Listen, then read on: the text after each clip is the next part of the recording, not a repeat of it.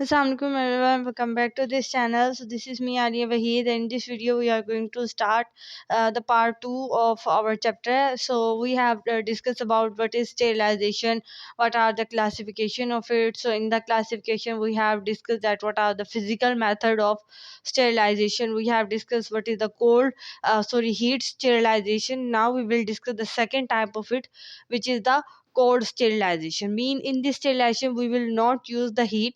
So in this method we will use radiations. So radiations are the non-thermal way of sterilization. So first of all, let's define the radiation. So it is the transfer of energy in the form of rays. This process is called as radiation. It has two types: ionizing radiation and non-ionizing radiation. Definition of it is given that radiations which remove electron from the atom or molecule of any matter. So your matter can be anything, can be air, water, or can be a bacteria. So when the electrons remove from that material, that bacteria, he cannot survive, so that ultimately it will die. So that was our method of purpose. Now let's discuss the mechanism of action, that how these radiation are acting. Actually they cause the mutation in the DNA of particular bacteria. So by mutating that bacteria, the bacteria will die. Let's discuss the types of ionizing radiation. So it has three types: gamma rays, x-rays, and cathode rays. What are the gamma rays? Gamma rays are the high energy radiations which are emitted from the radioactive isotopes like cobalt 60. So when these rays are emitted by these radioactive isotopes, these rays are called as gamma rays.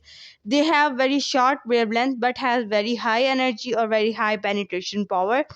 Application is the in the sterilization, to sterilize all the medical equipments. What are the medical equipment? Like syringes, IV insect meat, intravenicular set, and the surgical gloves, also used to sterilize the eye drops containers. Next type of rays, which is the ionizing radiation, is the x-rays. So x-rays are very lethal to microorganisms. They have very high penetration and the high energy. So the third type of ionizing radiation is the cathode rays, can also be called as beam electrons. So they are the beam electrons with very high intensity and the speed. Now we have discussed that what are the ionizing radiations. Next is the non-ionizing radiation. So what are them? Their definition is that these are the radiations which does not remove electrons from the atom or molecules of any matter. So now they are not releasing the electron, but how they are killing that bacteria. So actually the mechanism of action it is that it is involving the formation of abnormal bonds in the DNA of that bacteria. Due to this abnormal bonds, when the two strands of DNA doesn't combine with themselves with the hydrogen bond, then there will be the breakage and the DNA cannot perform its function properly. Examples is the ultraviolet radiations are the non-ionizing radiations. They help in the 99% sterilization of any surgical instrument. Let's discuss about the factors affecting it. So the speed of radiation, dose rate, and the strength are the factors which can affect this process. Now we have discussed that what is the core sterilization and the radiation process. Let's discuss the second method to sterilize your equipment. This method is called as chemical sterilization. Means sterilize your equipment, your surgical instrument with the use of various chemical agents. What are its type? Two types: sterilization by the gas, sterilization by the liquid. Two gases are used: ethylene oxide and ozone, and the liquids are chlorine bleach, formaldehyde, and hydrogen peroxide. What is ethylene oxide gas? This is can be abbreviated as EO. Gas sterilize heat and radiation sensitive matters. So those matters which cannot survive heat or which cannot survive the radiations, they can be sterilized with that gas. So mechanism is simple, going to block the replication of DNA. Application is very safe to use and can be used as a disinfectant. Disadvantage is that it is very highly inflammable and very toxic, for not only for the humans but also for the animals.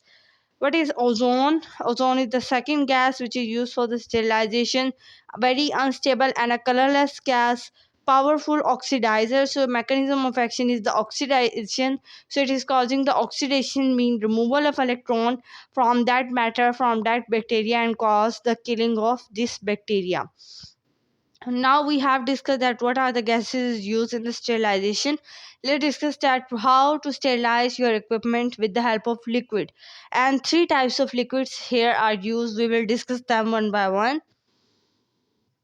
So here is the method to sterilize by the help of liquids. So chlorine bleach is the first liquid sterilizing agent.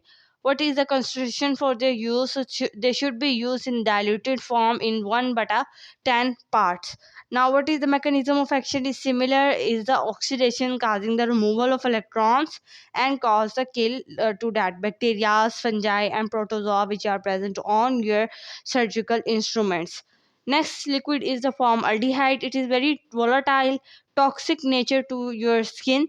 But the disadvantages of formaldehyde is the toxic, and it is very carcinogenic, causing cancers when they come in contact with your skin.